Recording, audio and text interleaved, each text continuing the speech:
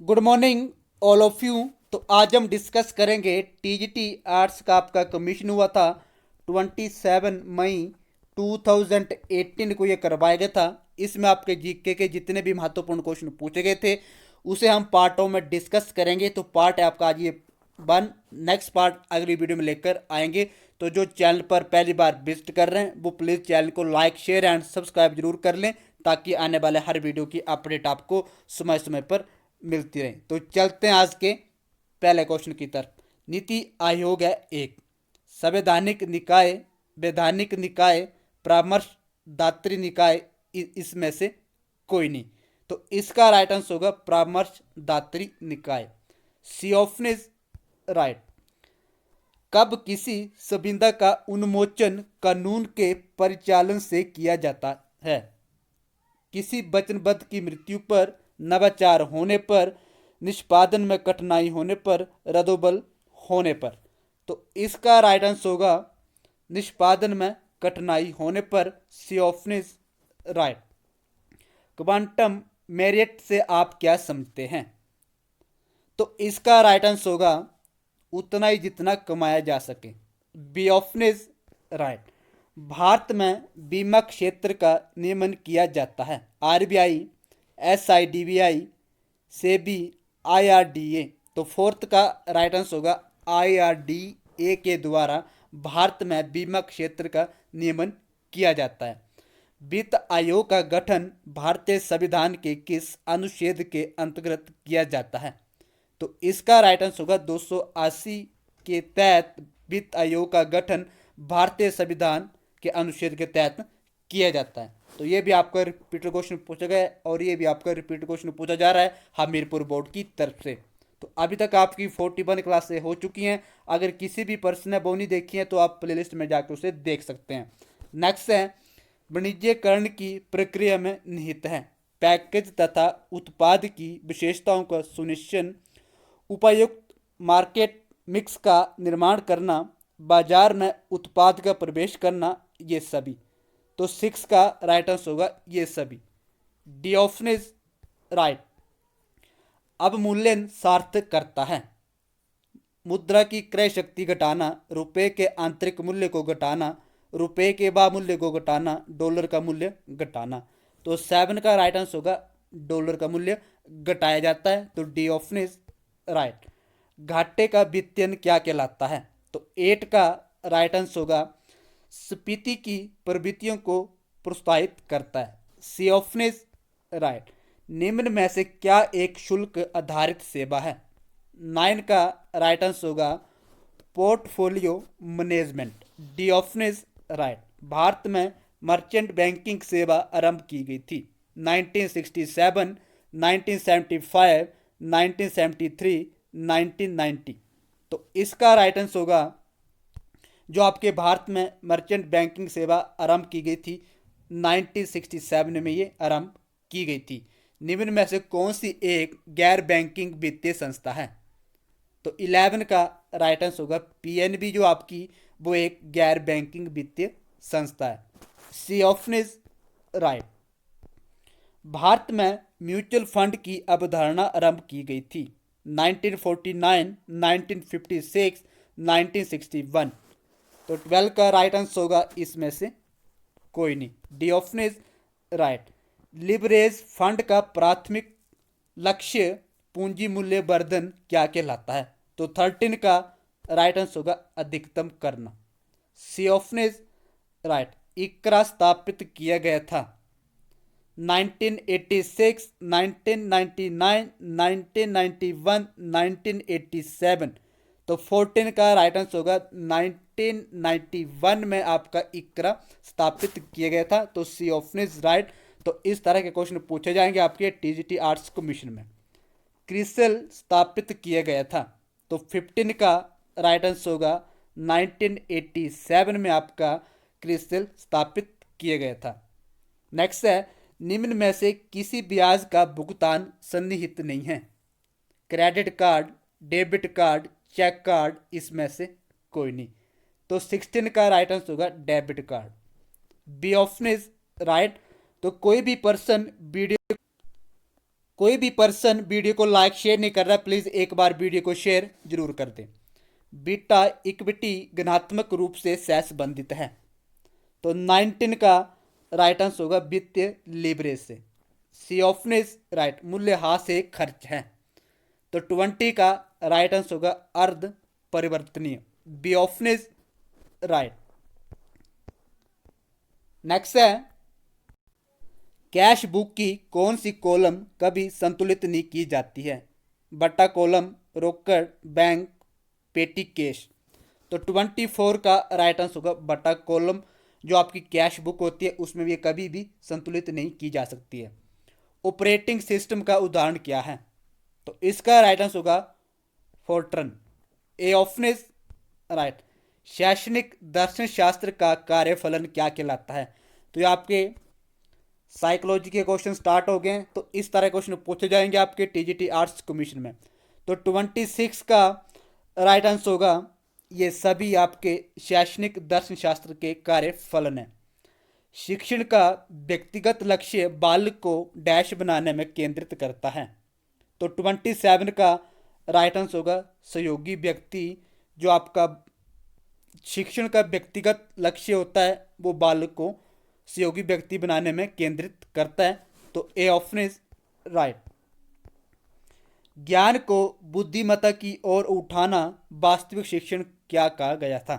तो 28 का right answer होगा छंदोग्य उपनिषद, डी ऑप्शन इज राइट।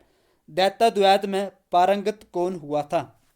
तो 29 का राइट आंसर होगा निबार्क, बी ऑप्शन इज राइट। वरदाय योजना को निम्नलिखित में से किस योजना से भी जाना जाता है? तो 30 का राइट आंसर होगा आधार शिक्षा को वरदाय योजना को इस योजना से भी जाना जाता था। किसने ये कहा कि शिक्षक कोई एक निर्देशकर्ता अथवा कठोर अधिकारी नहीं है, वे सहायक तथा गाइड है? तो 31 का राइट आंसर होगा अरविंद घोषों के द्वारा ये कहा गया था कि शिक्षक कोई एक निर्देशकर्ता अथवा कठोर अधिकारी नहीं है, वे एक सहायक तथा गाइड है। ए ऑप्शन इज राइट। आधुनिक दर्शन शास्त्र संश्लेषण करता है। तो 32 का राइट आंसर होगा विज्ञान, सी ऑप्शन इज राइट। एक बालिका अपनी परीक्षा के लिए बहुत कठिन परिश्रम करती है, उसका व्यवहार सूचक है। तो 33 का राइट आंसर होगा तीक्ष्ण संज्ञानी योग्यताओं का, ए ऑप्शन इज राइट। समाजीकरण में आवश्यकता पड़ती है। तो 34 का राइट आंसर होगा इन सभी की समाजीकरण में आवश्यकता पड़ती है। तो डी ऑप्शन इज राइट। ये सारे क्वेश्चन आपके जो हमीरपुर बोर्ड की तरफ से प्रोविजनल आंसर की है उसी के अकॉर्डिंग आपको आंसर बताए जा रहे हैं। अगर आपको फिर भी लगता है कि आप मेरे द्वारा कोई क्वेश्चन आपको गलत करवा दिया है तो आप मुझे कमेंट में भी बता सकते हैं। निरक्षरता को दूर करने में सहभागिता है एक। तो 35 का राइट आंसर होगा सामाजिक बदलाव। शिक्षण पर राष्ट्रीय नीति आरंभ की गई थी। 36 1985, 1986, 1987, 1988। तो 36 का राइट आंसर होगा 1986 में आपकी शिक्षण पर राष्ट्रीय नीति आरंभ की गई थी। शिक्षा का अधिकार अधिनियम कब पारित हुआ था? तो ये हुआ था आपका 2009 में, सी ऑप्शन इज राइट। एक बालक जन्म लेता है कुश के साथ। तो 38 का राइट आंसर होगा इन सभी गुणों, ईगो एंड सहजात वृत्ति। तो डी ऑप्शन इज राइट। उस 12 वर्षीय बालक का आईक्यू क्या होगा जिसकी मानसिक उम्र 9 वर्ष है? तो 39 का राइट आंसर होगा 75, बी ऑप्शन इज राइट। सभी सीखने में एक अनिवार्य पहलू है भावना, अनुकरण, अभिप्रेरणा एंड सहचार्य। तो 40 का राइट आंसर होगा अभिप्रेरणा, सी ऑप्शन इज राइट। अगर आप किसी को मोटिवेट करेंगे तभी बच्चा सीख पाएगा, अगर आप बच्चों को मोटिवेट नहीं करेंगे तो बच्चा नहीं सीख सकता है, सी ऑप्शन इज राइट। बच्चे विशिष्ट विषय के लिए नए शब्दों को सीखते हैं अधिकांशतः। तो 41 का राइट आंसर होगा अनुकूलन प्रक्रिया द्वारा। D option is right. तो इस तरह के क्वेश्चन पूछे जाएंगे आपके साइकोलॉजी के, तो इसे भी आप याद रखें। अभी तक आपकी 41 क्लासें हो चुकी हैं, जितने भी आपके जीके के क्वेश्चन पूछे गए थे हमीरपुर बोर्ड की तरफ से, तो प्लीज़ उन क्लासों को आप एक बार जरूर देख लें ताकि आपकी रिवीजन एंड इवैल्यूएशन भी हो जाए। सीखने में अक्षम बच्चे होते हैं, तो 42 का राइट आंसर होगा इसमें से कोई नहीं। व्यक्तित्व के विकास में मुख्य भूमिका निभाने वाली ग्रंथि कौन सी है? 43 का राइट आंसर बताएं। 43, तो 43 का राइट आंसर होगा pituitary. A option is right. बालक का रवैया में प्रवाह नहीं करता एक उस प्रकार का व्यवहार है जो कहा जाता है, तो इसका राइट आंसर होगा पशगामन। D option is right. आत्म निरीक्षण पद्धति में खामी है, तो 45 का राइट आंसर होगा इन सभी की। D option is right. एक शिक्षक को भूमिका निभानी चाहिए, 46 का राइट आंसर होगा सुसाध्यक की। ए ऑप्शन इज राइट। वुड का डिस्पैच एक महत्वपूर्ण दस्तावेज जारी किया गया था, तो 47 का राइट आंसर होगा 1854 में आपका वुड का डिस्पैच एक महत्वपूर्ण दस्तावेज था जो आपका 1854 में जारी किया गया था, तो सी ऑप्शन इज राइट। शिक्षण भारत के संविधान की किस सूची के अंतर्गत आता है? संघ सूची, राज्य सूची, समवर्ती सूची, इसमें से कोई नहीं। तो 48 का राइट आंसर होगा समवर्ती सूची में आपका शिक्षण भारत के संविधान के अंतर्गत आता है, तो सी ऑप्शन इज राइट। यदि आप एक शिक्षक होते तो अपने विद्यार्थियों के साथ किस प्रकार का आचरण करते? तो 49 का राइट आंसर होगा जनतांत्रिक। B option is right. शिक्षण कार्य के व्यवसायिक मानकों को विकसित किया जाता है, तो 50 का राइट आंसर होगा एनसीटीई। तो आप मुझे बताएं एनसीटी की स्थापना कब हुई थी? आपको कई बार एग्जाम में स्थापना भी पूछी जाएगी, तो जितने भी अभी तक आपकी 41 क्लासें हो चुकी हैं आप उन्हें एक बार जरूर देख लें, अगर आपको TGT commission, Shastri, LT and जितने भी हमें एचपी बोर्ड की तरफ से टेट करवाए जाएंगे, तो C option is right. Mahabharata के अनुसार किसने 1400 बीसी के दौरान कुटोच राजतंत्र की नींव रखी थी? सांबर, सुशर्मा चंद्र, दिबोदास, भीम। तो 66 का राइट आंसर होगा सुशर्मा चंद के द्वारा महाभारत के अनुसार 1400 बीसी के दौरान कुटोच राजतंत्र की नींव रखी गई थी। निम्नलिखित में से कौन सा स्थान प्राचीन काल में जगतसु की राजधानी रहा था? तो 67 का राइट आंसर होगा Kuluta. A option is right. Himachal Pradesh में किस वर्ष संघ शासित प्रदेश बना था? हर एग्जाम में पूछा जा रहा हमीरपुर बोर्ड की तरफ से, अगर आपने अभी तक 41 क्लासें देखी होगी तो। 68 का राइट आंसर होगा 1956। हिमाचल प्रदेश का सर्वाधिक सूखा स्थान कौन सा है? कालपा, केलांग, स्पीति, पांगी। तो 69 का राइट आंसर होगा Spiti. C option is right. Himachal Pradesh के पश्चिम में कौन सा राज्य स्थित है? तिब्बत, हरियाणा, पंजाब, उत्तर प्रदेश। तो 70 का राइट आंसर होगा पंजाब, जो आपका वो हिमाचल प्रदेश के पश्चिम दिशा में स्थित है। हिमाचल प्रदेश में मानव निर्मित सबसे बड़ी झील कौन सी है? रेणुका, खजियार, चंद्रताल, गोबिंद सागर। तो 71 का राइट आंसर होगा गोबिंद सागर आपकी हिमाचल प्रदेश की मानव निर्मित झील सबसे बड़ी है, तो D option is right. Renuka जो आपकी वो प्राकृतिक झील है। ए ऑप्शन इज राइट। वैदिक काल में चिनाब नदी को जाना जाता था। 72 का राइट आंसर होगा इसमें से कोई नहीं। तो आप मुझे बताएं वैदिक काल में चिनाब नदी को किस नाम से जाना जाता था और इसकी कितनी सहायक नदियां थी, इसे भी आप याद रखें। चुलांग चोटी अवस्थित है। 73 का राइट आंसर होगा धौलाधार पर्वत श्रेणी में। C option is right. Panchpula picnic resort अवस्थित है। धर्मशाला के समीप, डलहौजी के समीप, नालागढ़ के समीप, सुंदरनगर के समीप। तो 74 का राइट आंसर होगा डलहौजी के समीप। जो आपका पंचपुला है, पिकनिक है, वो डलहौजी के पास पड़ता है, जो कि चंबा जिले में स्थित है।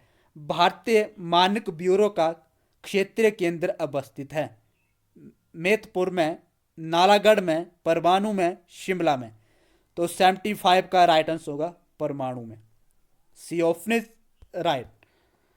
चंबा में रंगमहल का शिलान्यास किसने रखा था? तो 76 का राइट आंसर होगा उम्मीद सिंह के द्वारा चंबा में रंगमहल का शिलान्यास रखा गया था। भागनी का युद्ध गुरु गोबिंद सिंह और निम्न राजा के मध्य हुआ था? बिलासपुर के, बुशहर के, कांगड़ा के, जसबान के। तो 77 का राइट आंसर होगा बिलासपुर के बीच भागनी का युद्ध गुरु गोबिंद सिंह के बीच में रखा गया था। किस वर्ष में रामपुर बुशहर रियासत ब्रिटिश आधिपत्य के अधीन आई थी? 78 का राइट आंसर होगा 1815 में रामपुर बुशहर रियासत ब्रिटिश के अधीन आई थी। 1921 में निम्न में से किसने शिमला प्रवास नहीं किया था? तो 79 का राइट आंसर होगा बाल गंगाधर तिलक ने शिमला नहीं आए थे, बाकी आपके लाला लाजपत राय, मदन मोहन मालवीय एंड महात्मा गांधी शिमला आए थे। D option is right. किस वर्ष में पीटर होप में एक भीषण अग्नि में विनिष्ट हुआ था? तो 80 का राइट आंसर होगा 1981 में पीटर होप में एक भीषण अग्निकांड में आपका जो पीटर होप था वो नष्ट हो गया था। B option is right. 1947 में ठियोग में गठित स्वतंत्र सरकार में कौन मुख्यमंत्री बना था? 81 का राइट आंसर होगा Surat Prakash. D option is right. Gaddi निम्न के वंशज माने गए हैं? तो 82 का राइट आंसर होगा खत्रियों के। C option is right. Kulin Das मूलतः निम्न में से संबंध रखने वाले लोग थे? कुल्लू घाटी, कांगड़ा घाटी, शिमला एवं सिरमौर की पहाड़ियां, इसमें से कोई नहीं। तो 83 का राइट आंसर होगा आपका शिमला एवं सिरमौर की पहाड़ियां। शोभा सिंह कालाभित्ती अवस्थित है? जो आपकी शोभा सिंह आर्ट गैलरी है वो कहाँ पे स्थित है? तो 84 का राइट आंसर होगा आपका अंद्रेटा में। D option is right. Himachal का राज्य संग्रहालय जिस सुप्रसिद्ध भवन में वे कहाँ पे स्थित है? बुक्स हाउस, एलआरसी, हवेली, इसमें से कोई नहीं। तो 85 का राइट आंसर होगा इसमें से कोई नहीं।